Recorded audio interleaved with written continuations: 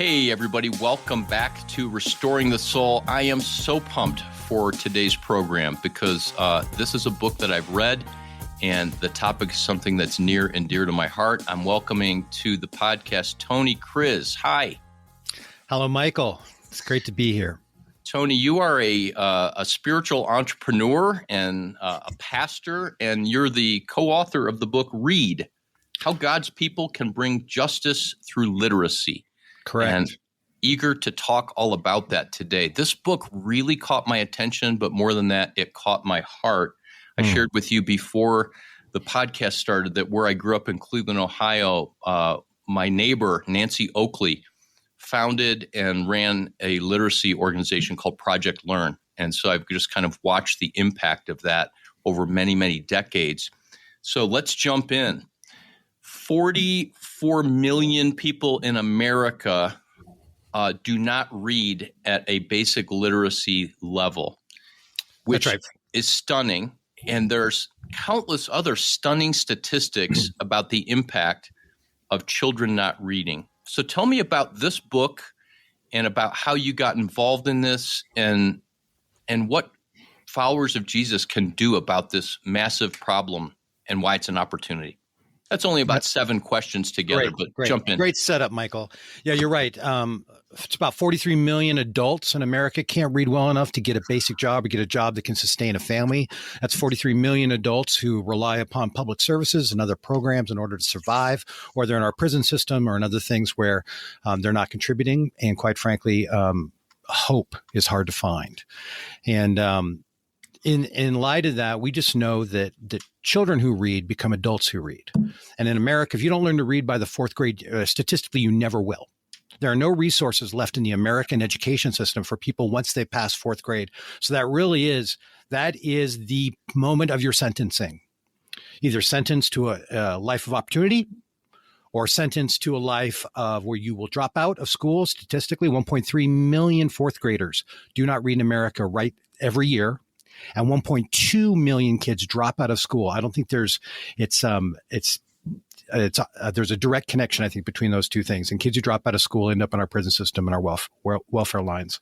So let me just hit pause because you talked about this 4th grade moment, and you said in kindergarten through 3rd grade, children learn to read, but then from 4th grade on, they read to learn. And if they don't have that basic reading down, they're not going to learn. And if they're not learning, then all of these other personal, relational, psychological, vocational issues start stacking up on top of each other. And it's like a domino effect.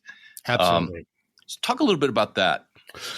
Yeah, and particularly in our under-resourced schools, our Title I schools, there are classrooms where 50, 60, 70% of the kids are 2 to 3 grades behind in those critical years, 3rd grade, 4th grade, when they're learning to read. And those teachers are scrambling just to keep up with all the pain that those children are experiencing. So many of our children enter school, Michael, which you know better than I do, coming from backgrounds where there's trauma, there's pain. They come from poverty, from single-parent homes, and they're coming in emotionally, intellectually, psychologically under-resourced to learn. And in that, they're tapping the energy of the classroom and pulling all of their classmates down, not because of anything they did. They didn't vote to come in with those being so under-resourced. They didn't have agency in that. They're just kids. They're just kids. No kid wants to be illiterate. No kid wakes up and says, I want to be illiterate. That's my goal for my life. But the resources aren't there. And you asked earlier about what can Christians do? Well, our mandate is clear, is to love our neighbor. We're talking about a least of these issue. And the least of these in America today are illiterate adults and specifically our illiterate children that will grow up to be outside the system. They will be our hungry. They will be our imprisoned. They will be victims of the sex industry. They will be victims of addiction, and they will die earlier. That's just statistically just true. And those are the people that Jesus spoke about. For I was hungry, you gave me something to eat. kept them out of the welfare lines. For I was in prison, you visited them. We keep them out of prisons. For I was sick and you visited me. Let's keep them off addiction.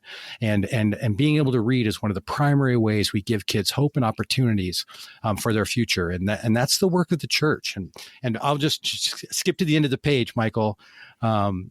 My dream, our prayer is 1 million volunteers in local schools. And I want those volunteers to come from American churches. I would love if every under-resourced school had at least one church partner that said, our people will volunteer 1 hour a week to make sure every one of your kids reads to grade level by 4th grade.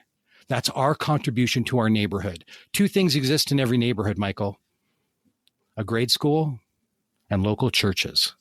And we need to get those 2 things hooked up together. And that's what the Children's Literacy Project is all about.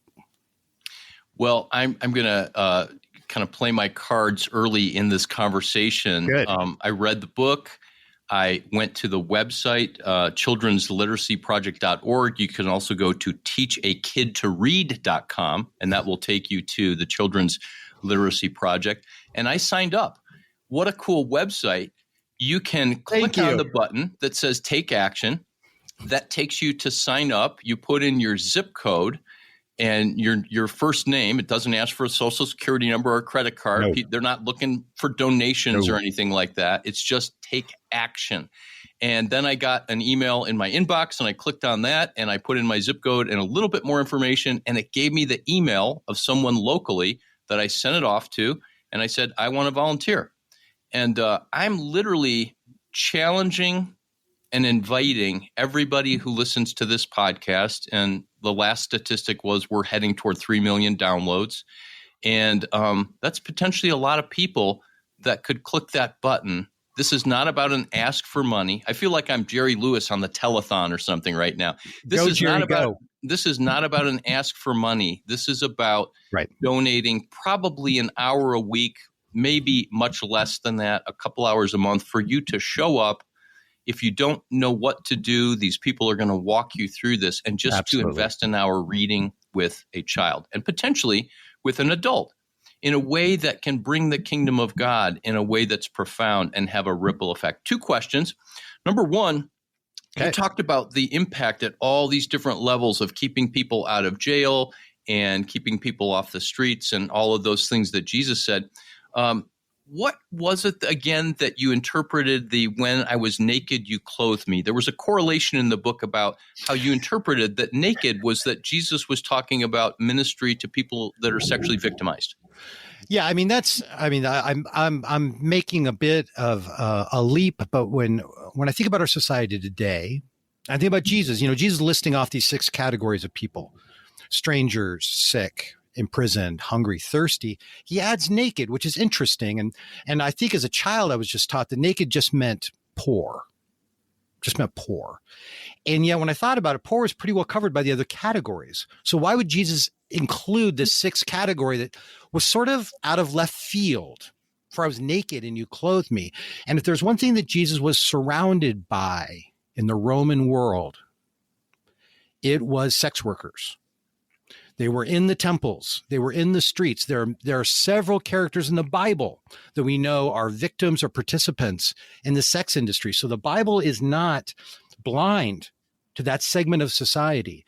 And I think in the modern world, for I was naked and you rescued me, that is at least partially a reference to our sex trafficking. And I'll tell you who sex traffickers target. They target high school dropouts. My friends in the sex industry say that is a primary population that they go after. And dropouts tend to be children who never learn to read. And so there is a fairly direct correlation. And if we can help kids read, we can keep them from being victims of the most barbaric life imaginable. And so that's just one of the passions there. And that's in the book Read that just came out this year.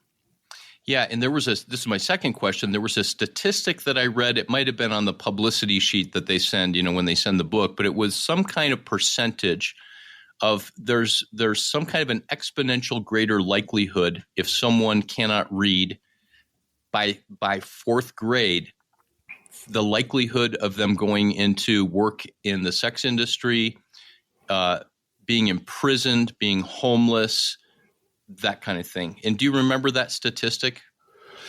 Yeah, it's children who don't read by fourth grade are 5 times more likely to drop out, and then you have to go to the correlation of what happens to dropouts. And so 75% of juvenile offenders, according to the Department of Education, are read at the lowest level. It means they read below first grade. That's 70% of first-time juvenile offenders. Those are our dropouts. We already talked about human trafficking and girls and young boys as well who get into prostitution. That's one of the correlations, and certainly the inability to get a job has been justified by the Department of Labor. I want to tie this conversation and the literacy issue into current events.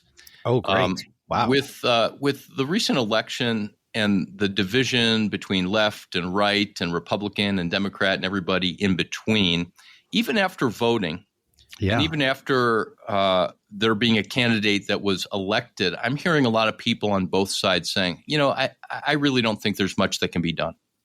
And what we're talking about, if people want to see change in society, it really begins with helping one child or adult that's under-equipped. No child wakes up in the morning in kindergarten or comes out of the womb and says, I want to not be able to participate in the world and to engage with all that's out there. I just want to I just want to live life half-baked. Nobody says that.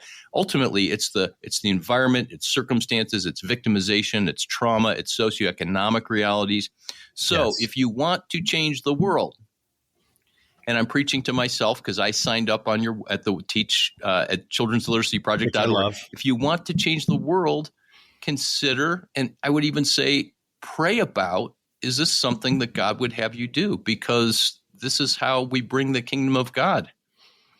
Yeah, I've been training pastors for a couple of decades now, and I just love pastors and big hearts, want to love their neighborhood, want to love their city, want to love their world. And one of the things that I hear time and time again from pastors is their congregants want to love the poor in spirit, want to love the least of these, but by and large, they know nobody who meets those descriptions. And they don't even know how. They feel paralyzed. What am I supposed to do? Am I supposed to go into a prison and start a Bible study? That just feels really scary. Or do I open my home up to an immigrant family and let them stay with me until they get grounded and get paperwork? That sounds really scary. Do I go to a homeless shelter? Is that what and I just go, well, yeah, those are all great things. And we want people to fall in love with Jesus's love of justice and mercy and grace. Absolutely.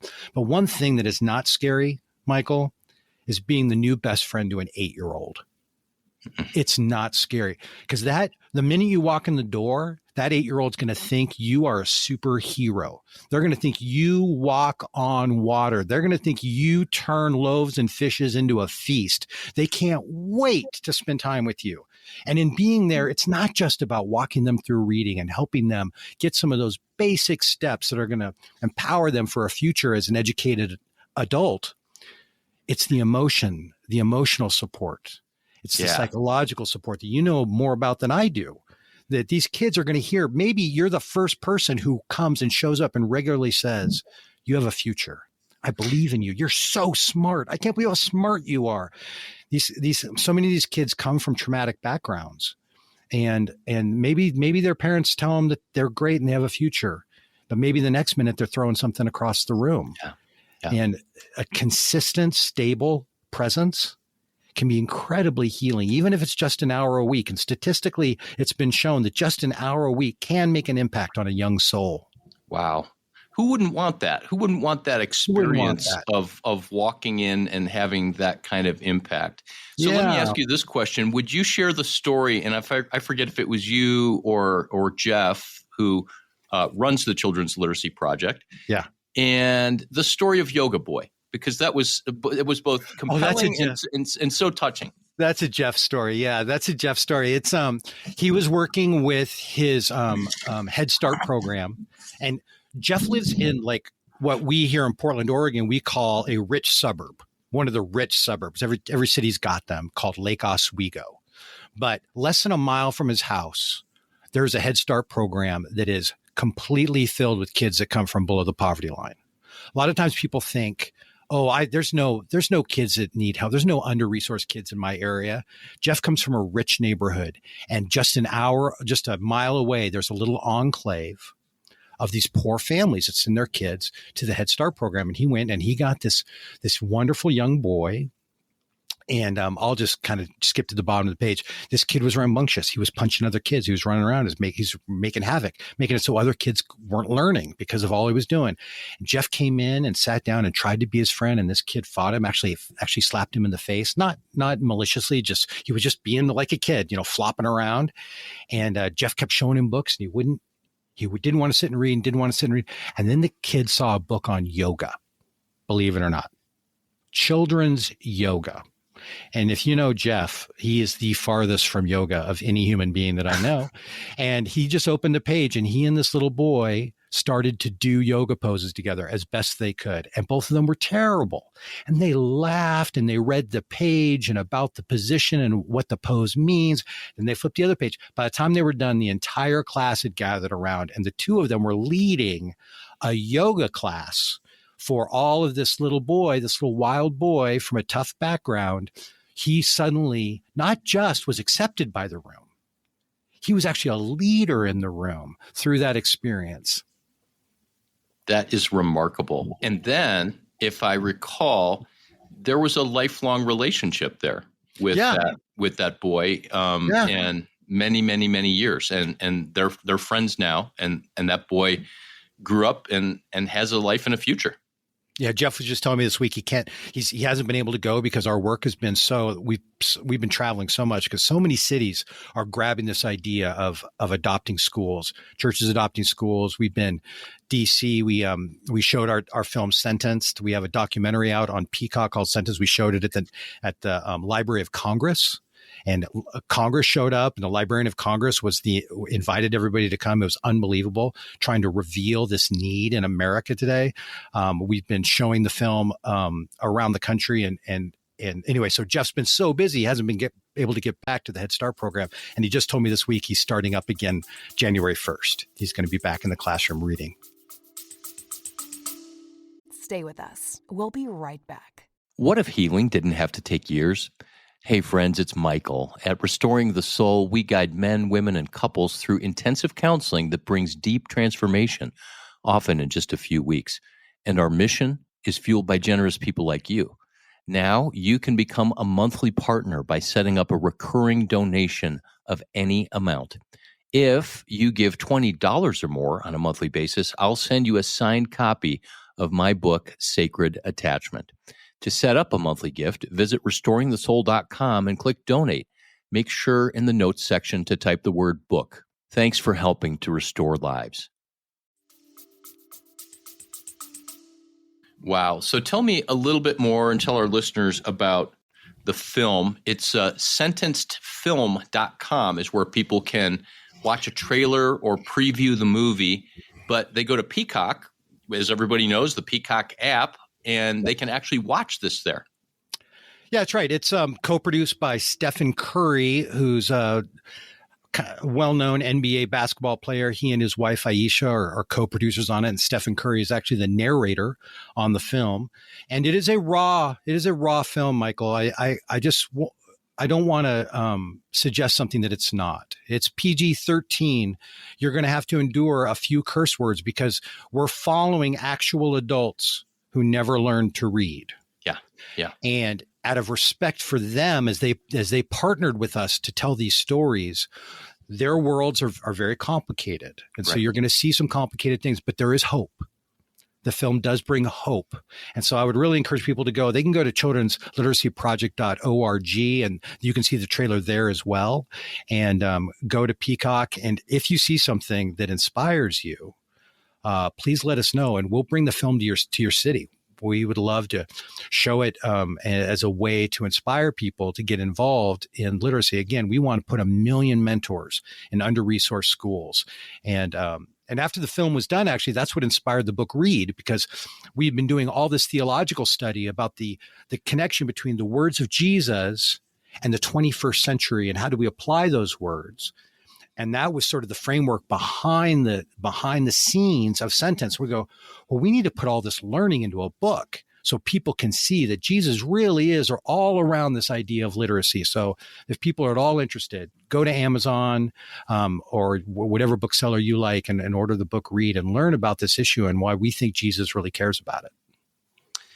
We were talking about, Tony, before the record button was hit, about the loss of the late, great Tony Campolo, the evangelist, professor at Eastern College, author of 30 or 40 books. I had the opportunity to spend several days with Tony and many interactions with him. I didn't know him well. He would probably not remember my name if I saw him. But then again, he just might. But he was one of my heroes. And you open the book with a story of interacting with him at a kind of highbrow event. Will you tell that story and what he taught you about the theology of the poor? Yeah, I worked overseas as a missionary all through my 20s. I was working in the developing world, the Muslim world, and I came home. I was pretty broken, honestly, Michael. I was pretty burnt out after that experience in difficult access countries. And I was in seminary working on my master's. And as a last minute, I got invited to this event at this swanky hotel in downtown Portland. And there happened to be one last, chair free. And they asked if I would come. And so I showed up, and I had known about Tony Campolo my whole life. I can remember my high school pastor, Rudy Herr, showing us clips of him and making jokes about you don't want to sit in the front row when he's speaking. And he spits. Yeah. Anyway, so I show up to this thing, and he and I meet in the lobby, and we go in to eat dinner, and Tony is waxing eloquent all through the dinner, just capturing all of us with stories and with thoughts about the gospel and justice and the poor. And all of a sudden, out of nowhere, he just stops the room and declares this, or asks this question: what is our theology of the poor? Silence. Around the table are presidents of Christian universities, heads of missions agencies, pastors of megachurches. And at the far end is me, 30-year-old second-year theology student. And he asks again, and nobody answers, scared to death to get the question wrong, as if they were back in third grade themselves. And finally, Tony stares at me at the far end of the table, squints his eyes, and says, "Young theologian," and those who know Tony, you'll know his knack for drama. "Young theologian, what is your theology of the poor?" And I froze. I was so embarrassed. And he didn't let me sit in it for more than a second. And he laughed out loud, and he said, "Well, of course, because we never talk about it. Our theology of the poor is simple. When you look into the eyes of the poor, you gaze into the face of Jesus. When you look into the eyes of the poor, you gaze into the face of Jesus. For as much as you've done it to the least of these, you've done it unto me." And as you can hear from the storytelling, like I can still hear it, like it still like echoes inside my chest, remembering that moment. And, that was sort of my first moment where, having come from an evangelical background and really, really loving proclaiming the gospel. I'm completely a proclamationalist. I love it. But that was the first time I think I was really confronted with this idea that loving our neighbor is co-equal with proclaiming salvation in the message of Jesus. And that has guided much of my life. And I say co-equal. I'm not trying to raise one above the other. I'm not trying to say that proclamation is important. But Jesus has invited us to love our neighbor, particularly the one who's hurting, the one who's been tossed aside, the one who's been forgotten. And at this point in our country, Michael, and regardless of who's in the White House, we have left our children forgotten, so many of them. And this idea of spending an hour a week with someone is pretty low-hanging fruit. So easy. Especially that 8-year-old that you're talking about, that's so seemingly so intimidating. The last thing I want to talk about, and then I think you also indicated that you would like to talk a little bit about trauma, but this might be a good segue. There's a chapter called How to Build a Brain. Oh, and there's also on the website, childrensliteracy.org, there's some videos, and there's a video of how to build a brain. But I thought this was a great conceptualization and just helpful for us to think about in general. Talk about that. Thank you so much for saying that, first of all. That film, I'm a lay person in the area of trauma and neurodevelopment. You're an expert in that area. And so, we certainly went to experts and tried to get good feedback because we wanted to write a concise, beautiful way of discussing how a brain is built so people would understand both why so many of our children struggle, but also why there's always hope. There's always hope. And that's built into our neurology. It's like science is finally catching up with theology around this stuff.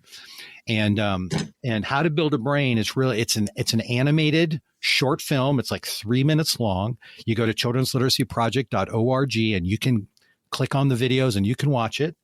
And it's just a lovely little demonstration so people understand that when you're spending time, when you're that positive present, so when you're giving a map of words to a child, you're also helping map their brain.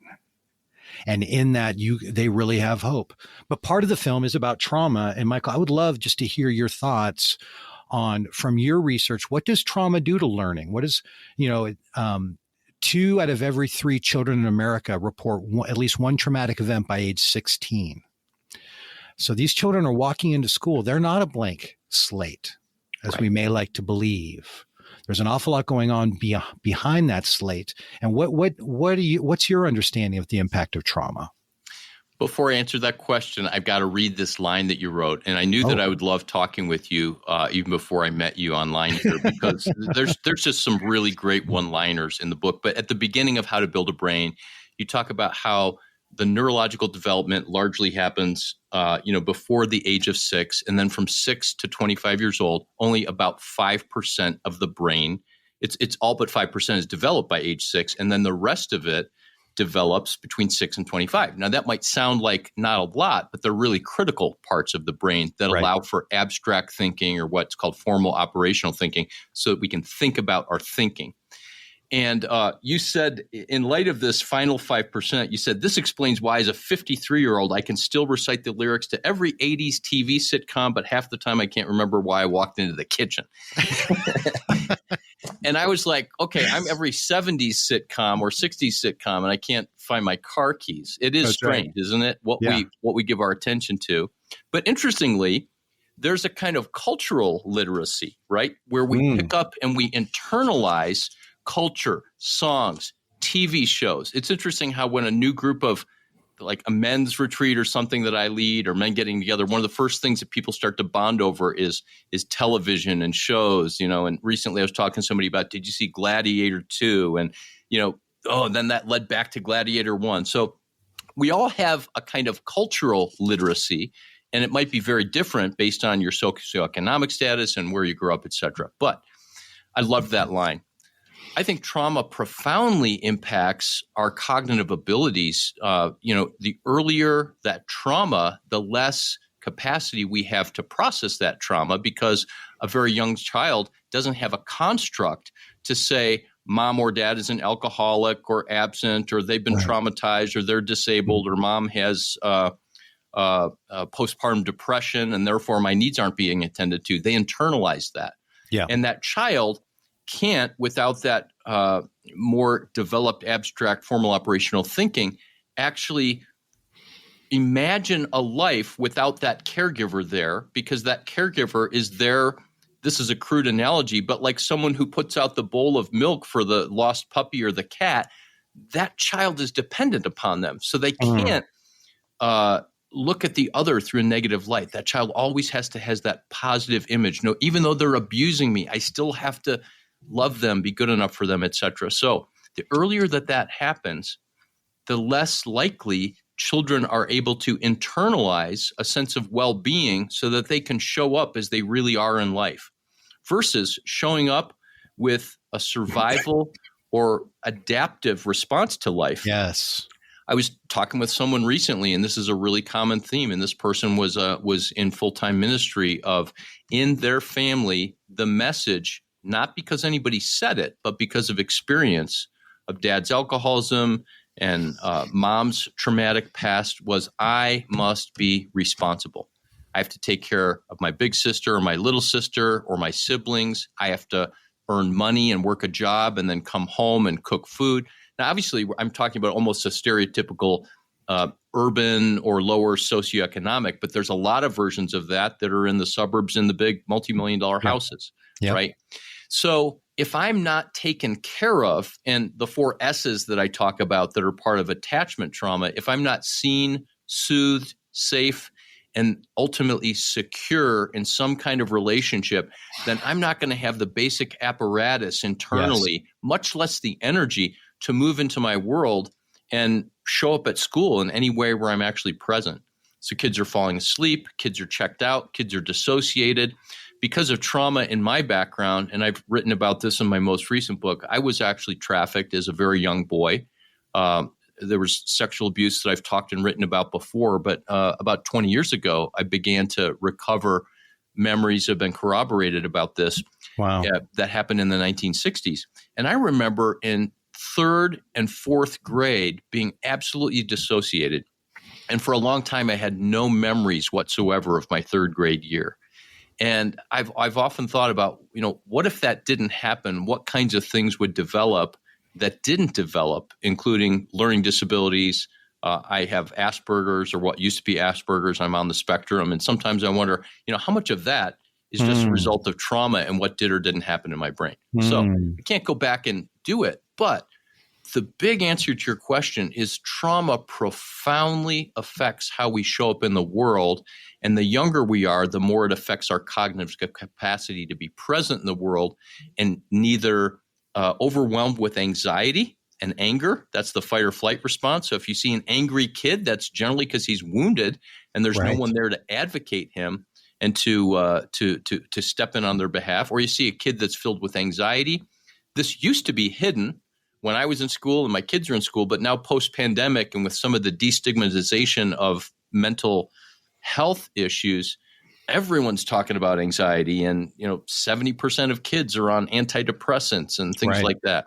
On the other end, it's kids that are shut down, kids that are withdrawn, kids that lose their emotional edge, they lose their passion, they're not showing up for sports, relationships, clubs, because it just takes all their energy just to show up for school, and then many of them drop out. Drugs, addictions, etc. So that's the impact, and therefore I think part of why I was so drawn to this book and to what you guys are doing is that we deal with one soul or one person at a time and try to heal their nervous system and help people become whole. But then a wholly functioning person, or a person who's on that way, still needs to be able to function in the world and to decode the world. And we're in a world of words. Yes.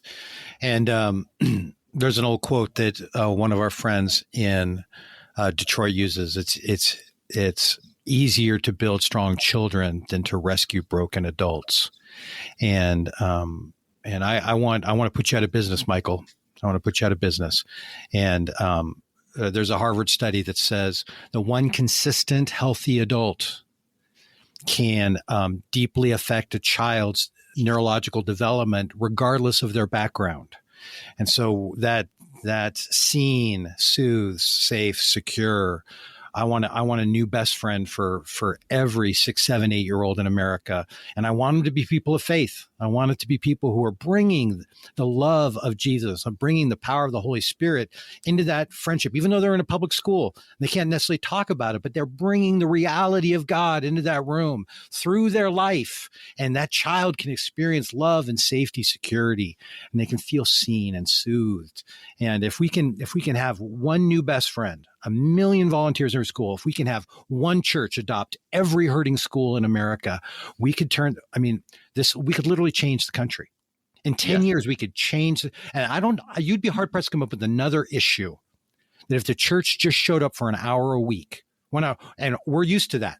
The one thing the church is good at is showing up for an hour a week, because we do it every Sunday morning. Show up for an hour a week in the life of a child, be their new best friend, and we could change the country. And who cares who gets the credit? Yeah, I really agree that I don't think there's a single issue that would be so easy to have this much impact. And that's why I'm all over this, because when we work with an individual who has trauma, it takes a very, very long time. And tragically, it takes a lot of money to kind of get the care that people need. And that's part of our ministry is I'm proud to say, by God's grace, that over the last several years, we've averaged giving away about $300,000 in scholarships to pastors and missionaries and others that can't afford the full rate for our services. But this is a game changer. I want to come back and commend people to watch a video. You cited the Harvard research, and Dr. Nadine Burke-Harris is a pediatrician, and there's a wonderful TED Talk all about the adverse childhood experience research, and she summarizes that. And it's in that video that she talks about, and this is a staggering statistic that you just referred to, that a child with trauma, and in this case, kids with illiteracy or adults, the critical ingredient, the secret sauce that leads to resiliency from adverse childhood experiences is one caring adult that's present in their life.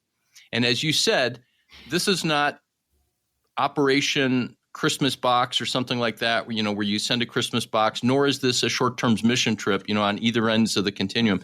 It's just showing up and reading. Right. This is not signing up for foster care or anything like that. I just feel, I think my listeners are going to go, wow, he's pretty jacked up about this. But I'm really eager to get an email back from this person that I wrote to and say, when can I start? Love it. Yeah, and it's so good, and there's so much that we can provide, and who better than the people of God to play this role and to be in kids' lives. And it's so simple. Any of your listeners who can literally read at a 5th grade level, they are fully equipped to be a new reading best friend. They're fully equipped already. And it's so easy. And so I would encourage everybody, just go to childrensliteracyproject.org, take a look at it, sign up, and we'll help you get connected to something. And if you feel inspired, or if you're a church leader and you want this to become part of how your church changes your neighborhood, please go and sign up that your organization wants to get involved. And we'll do what we can to help you get connected to a local literacy organization that'll make it easy. We'll take as much of the administration off your plate as possible. A literacy program costs a church nothing. If there's an existing literacy organization in your city, it costs you nothing, and you could put 200 of your people in the streets loving their neighbors tomorrow. So we're excited about it. If people want to, go see Sentenced on Peacock, or please buy Read. And Read's written like a devotional, so it's very accessible. It's 50 short chapters. You could read one a day. You could read the whole book in an afternoon. It's very, very simple. And yet every chapter was written to inspire and touch the heart. And there's cool QRC codes. So you can scan the end of a chapter with a phone, and it takes you to a video or a talk or a web page. And it's just so well done in that regard. Hey, as we wrap up, Tony, share one more time the vision and the goal. How many million people by, I think, 2027 I saw on the website? Yeah. So 1.3 million children every year in the 4th grade are unable to read above like a kindergarten, 1st grade level. So we want to get to we want to get to 1 million kids a year. If we can get to 1 million kids a year, we will reverse the trend. So we're praying for 1 million volunteers to be a new best friend to a child. We're praying for a new church partner for every under-resourced school in America.